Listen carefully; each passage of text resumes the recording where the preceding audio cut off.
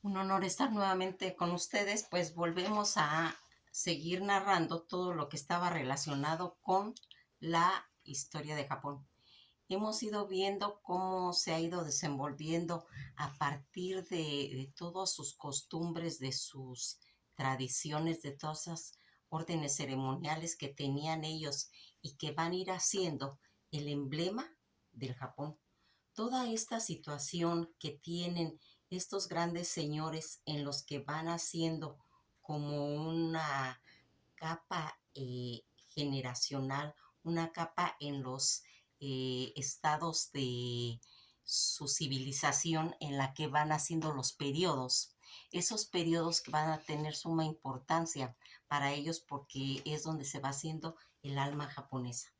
Todas estas tradiciones, todas estas ceremonias que van haciendo y que van a ir formando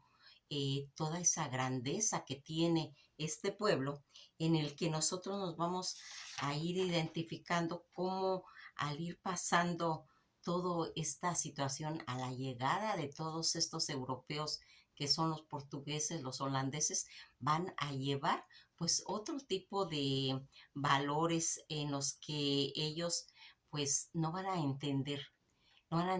toda esta forma sistemática de los conceptos en la que el Japón se había desarrollado y que los japoneses van a irse dando cuenta de la naturaleza de las guerras europeas por todo ese acontecimiento en las que se desangraban en sus guerras entre ellos mismos y que van a ir dando toda esa visión a los grandes señores en los que Ieyasu ya habíamos visto que va a cerrar el Japón. Cuando nosotros vemos todo esta situación en este periodo Edo, que actualmente es Tokio, y que vamos a ir viendo cómo se va a ir acentuando todos estos rasgos en la memoria histórica del Japón,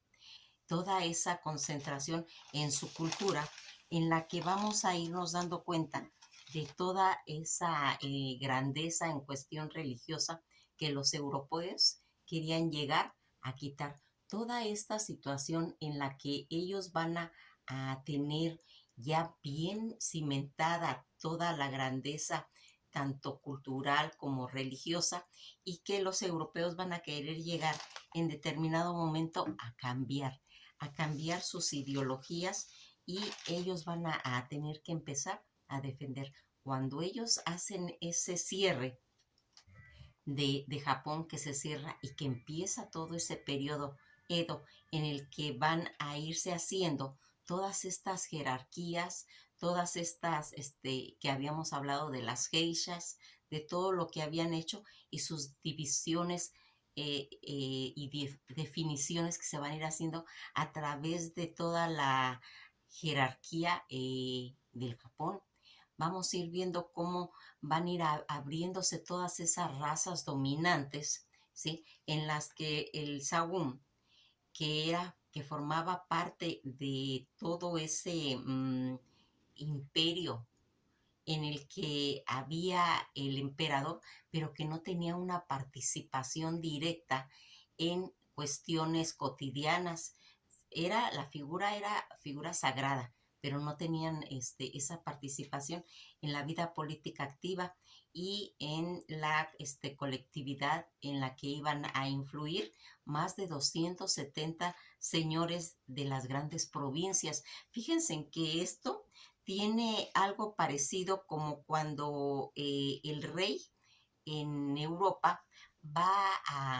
repartir, recordarán cuando habíamos hablado de Inglaterra, donde habíamos dicho que el rey, no, al irse expandiendo en tierras, ya no podía dominar todo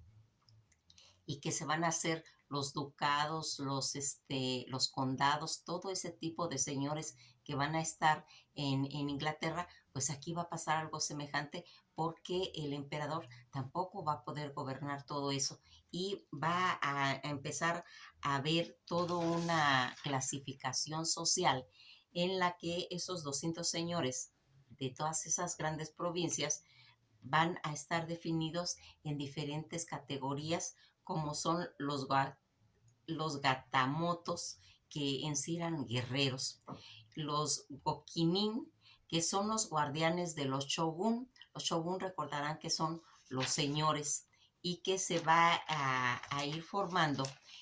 toda esta situación en la que van a ver esa clasificación, pero que también van a venir los vasallos, que son los shayin o son los súbditos dominantes en determinado momento, y los buchis o los samuráis. Fíjense en que aquí quiero marcarles algo porque aquí es importante en que veamos toda esta clasificación de estos guerreros que van a estar, pues en cierta forma, manejados como comerciantes, que eran los dominados en realidad, pero que aquí va a haber una casta tanto de comerciantes, ¿sí?,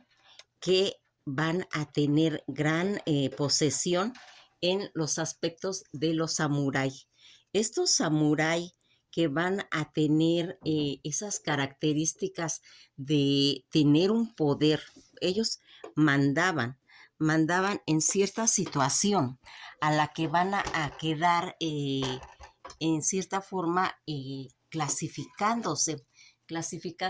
en los aspectos de ir dominando. Cuando se va a hacer esta denominación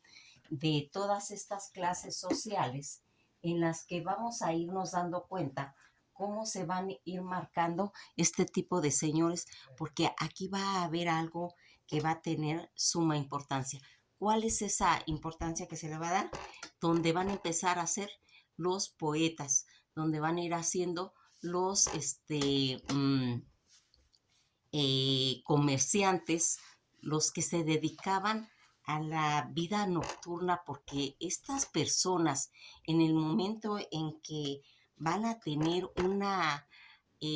fiscalía social, donde no van a estar controlados por el fisco, todas las ganancias que ellos tienen,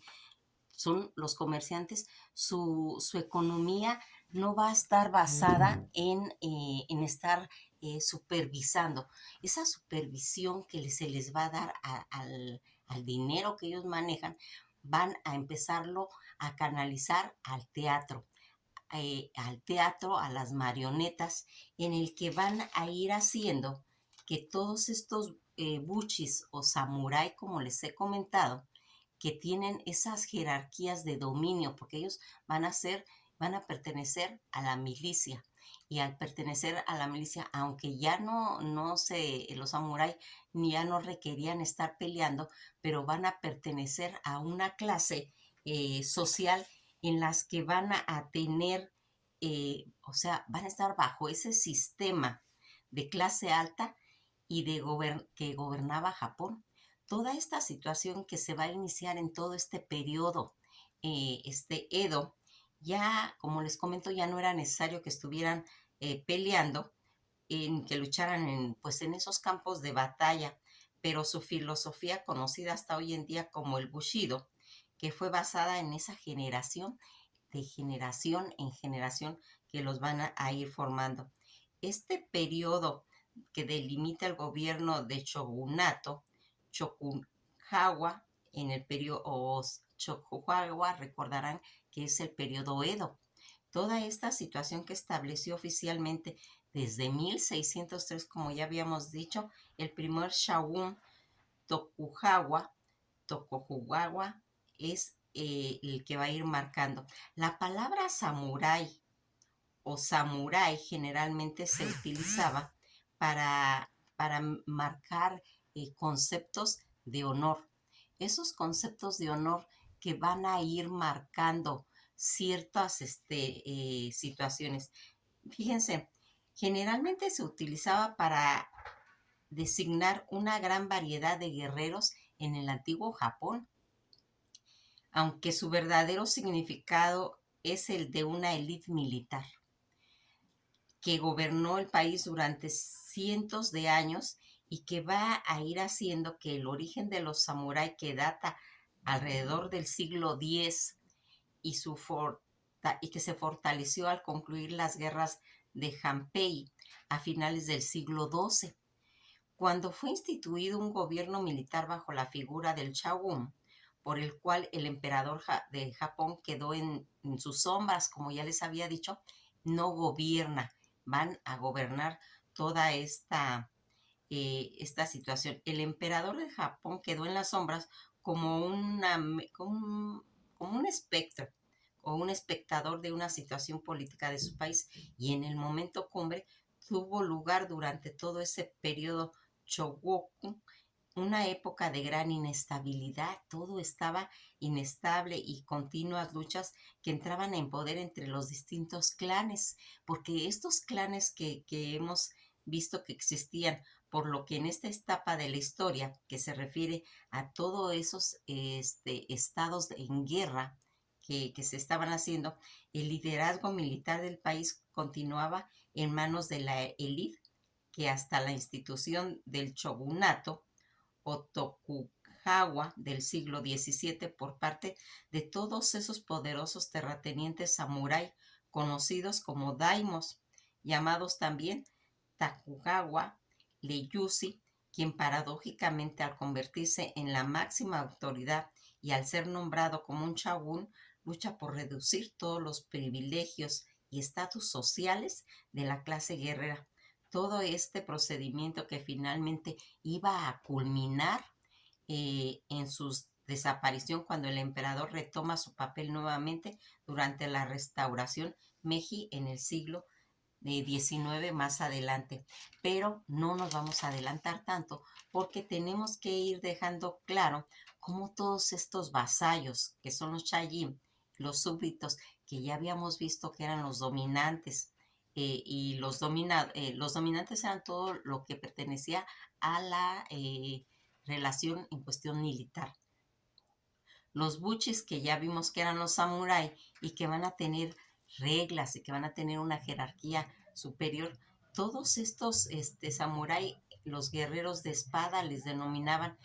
¿Por qué? Porque ellos tenían derecho de tener dos espadas, ¿sí? Una chica y una grande, y que representaba una forma de que ellos pudieran mandar. Pero el que tenía las dos espadas era considerado como un samurái. Toda esta raza, esta jerarquía dominante, en la que ya habíamos comentado cómo los campesinos, ¿sí? En el aspecto de que vamos a ir viendo cómo se van a ir clasificando en el aspecto de tener esas situaciones en las que van a ir determinando el poder, eh, porque ellos no son dominantes, ellos son los dominados, que entran a ser, como habíamos comentado, los comerciantes, los artesanos y los eh, era comerciantes, artesanos y campesinos. Ellos eran los que eran dominados. ¿Por quién? Por los militares, por los samuráis, por toda esa gente en la que va a atender toda esta estructura militar dominante, y que dependía en tal forma de que ellos fueran dominantes según las tierras que tenían. Conforme toda esa situación en la que se va a ir viendo cómo todos estos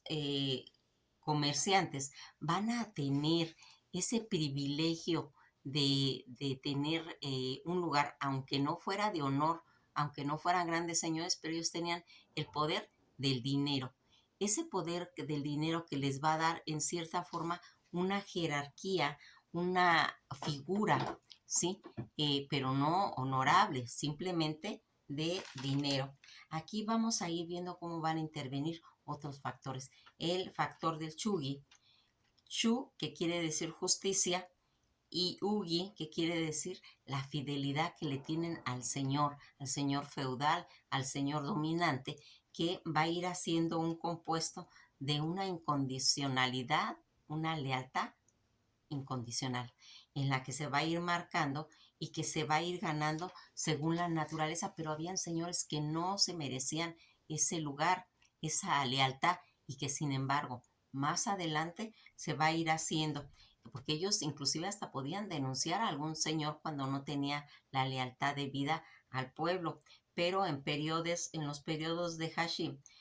que quiere decir servir, servir a toda esa, había un sentido muy marcado de la lealtad. Esa lealtad donde tenía una tonalidad importantísima para el pueblo japonés, en las que vamos a ir viendo también cómo el otro factor llamado koko, según los acentos, atendían a los padres. Aquí es una obligación que tienen los japoneses al tener esa obligación con los padres, y cuentan una leyenda en la que en una ocasión un papá iba a morir, estaba moribundo, llega con su hijo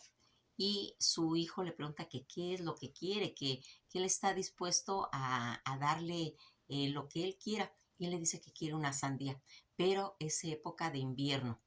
no hay. Entonces él va a hablar con los dioses, exponiendo su vida, que se suspenda su vida, y le pide la sandía para su padre. Cuando los dioses se dan cuenta del valor que tiene este hijo de querer cumplir un deseo de su padre, de esa lealtad hacia el padre, lo único que pueden hacer, dicen que no pueden darle sandía, pero lo que sí pueden hacer es prolongar la vida del papá hasta el verano, donde él pueda comer la sandía, y así hacen que el papá llegue al verano, donde empiezan las sandías a salir. El papá pues continuamente sigue con su vida y el hijo no pierde su vida, porque los dioses valoraron la lealtad que tenía el hijo hacia el padre, que era un concepto muy, muy importante para los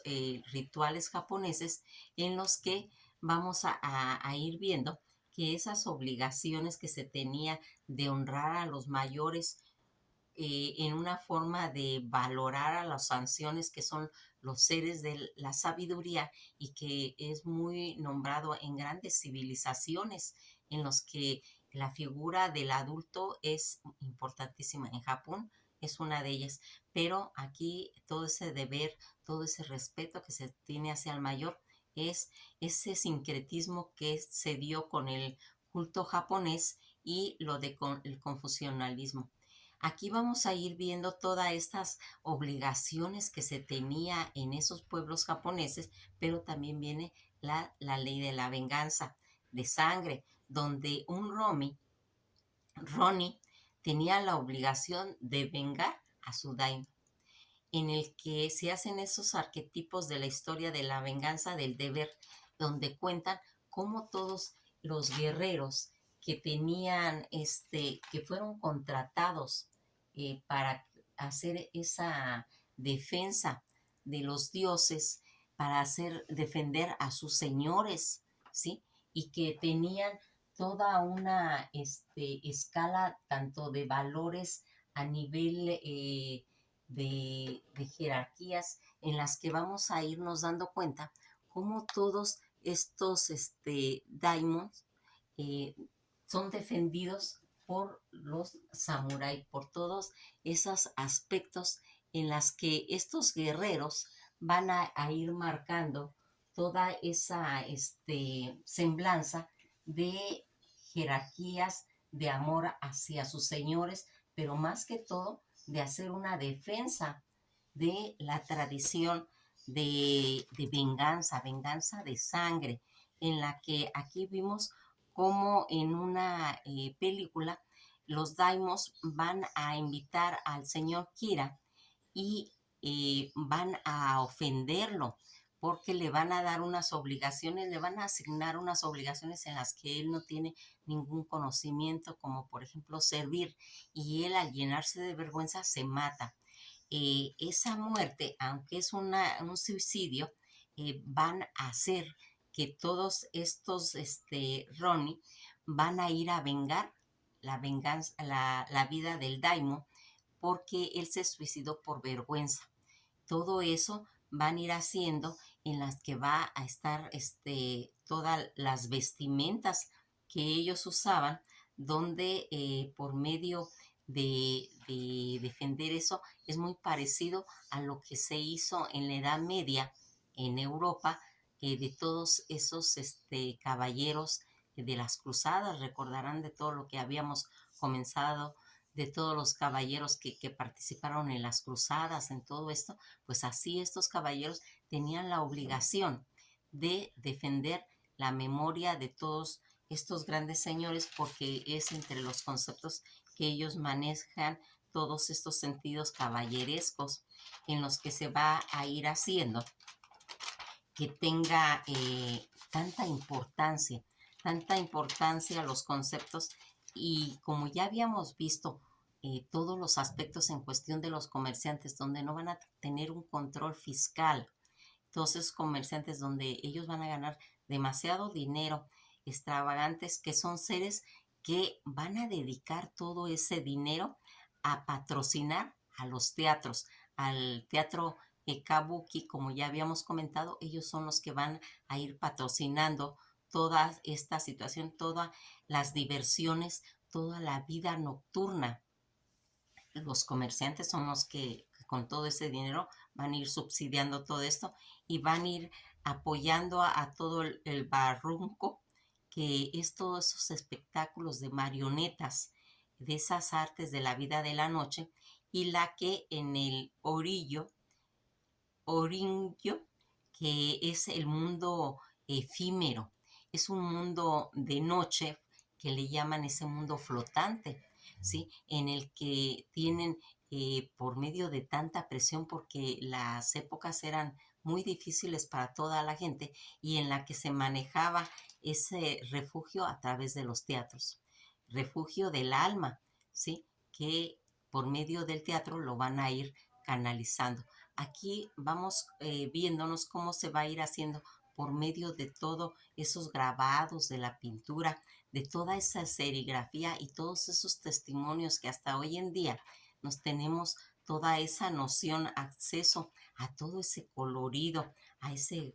arte de donde se plasmaban todos esos paisajes típicos y gravitaban toda esa magia de los conceptos japoneses en todo este periodo Edo, donde va a estar la riqueza eh, de toda esa vida artística en la que le da magia a todo el periodo Edo. Aquí vamos viendo cómo se va a ir haciendo esa situación, porque aquí fíjense en que aquí cómo van a ir entrando toda esta situación en la que van a ir plasmando esa protección que se tiene hacia, hacia la música, hacia la forma de ir haciendo, que se tenga una forma de ir manejando tanto el teatro como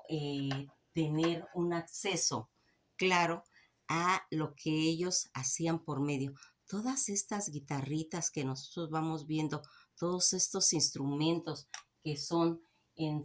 una forma como de, son instrumentos de cuerdas en las que van a ir plasmando todo ese conocimiento que le va a ir dando la magia eh, a toda la cuestión musical en la que se va haciendo el enriquecimiento artístico y toda esa belleza que se va a ir haciendo. Fíjense en que aquí esos papeles que tienen a través de la música que van a ir acompañando todas esas narraciones políticas, que estas guitarritas que hemos visto que se llaman piguas, que son parecidos a las guitarras de mediados del siglo XVI, en los que van a hacer esos acompañamientos en el teatro, ¿sí? De La princesa y la piedra, y que van a ser un sustituto del chamisa, que después viene la chamisa, que es ese acompañamiento de la narración, pero en cuestión de los títeres. Cuando vamos viendo estos instrumentos de cuerda que tienen ese sonido instrumental en los que van acompañando a las marionetas y que van a ir haciendo un arte visual en cuestión a los aspectos de la poesía denominada haiku. Esos versos que significan imágenes, esos imágenes donde uno de los actores principales, llamado Baiso, va a ir haciendo por medio de la poesía y de la descripción todo un acontecimiento de que por medio de una palabra, de un verso, van contando historias, parecido al que comentaba en la historia de la rana y la rana en el estanque, eh, que hagan de cuenta que ellos platican de un estanque donde se mantienen los silencios y que al caer una rana en ese estanque va a producir un sonido y ese sonido es el salto de la rana al charco de ese estanque y donde dicen brincó la rana. ¿Por qué hacen eso? Porque por medio de una palabra ellos hacen que la gente se imagine pues un estanque silencioso, callado, donde al caer la rana en el charco se va a producir toda una vibración de agua, ¿sí? Un sonido y que la gente, aunque no lo esté viendo, se lo imagina. Pues ese tipo de poesía se hacía o por ejemplo, él gustaba ir a los lugares donde había habido cuestiones históricas de las batallas en los que mencionaba la hierba crecía y la huella de los sueños de los guerreros, dando a denotar con esa palabra todas las batallas donde dos familias, unas luchaban por la tierra para sus familiares y otros luchaban por el expansionismo. Todas esas guerras que se suscitaban, lo único que habían quedado era la huella de la hierba ahí en la que estaban las pisadas de toda esa gente que había luchado por todo ese concepto y que lo único que quedaba ya era esa hierba. Y mencionaba él, la hierba eran las huellas de los sueños de todos esos guerreros. Entonces, algo semejante en esa forma de poesía era cómo se expresaban ellos al hablar de todos pues esos colores brillantes, amarillos, todas esas nubes dispersas en los paisajes, en las pinturas, en forma de pictogramas y que iban a ir haciendo el mundo de Hakim, todo ese mundo flotante en las que ya vimos que el Hakim era los aspectos de la poesía. Cuando vamos a hacer toda esa situación que vamos dándonos cuenta cómo va siendo tan importante toda esta situación relacionada en todo este periodo en el que es de suma importancia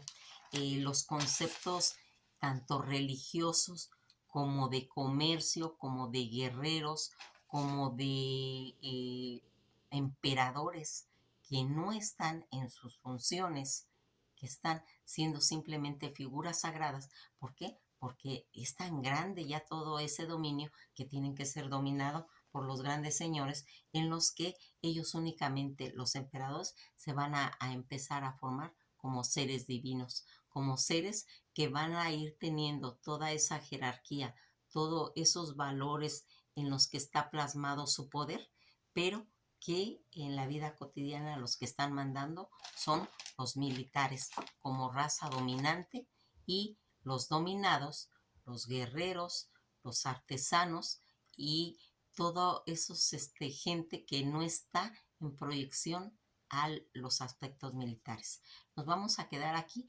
porque más adelante ya viene el Comodoro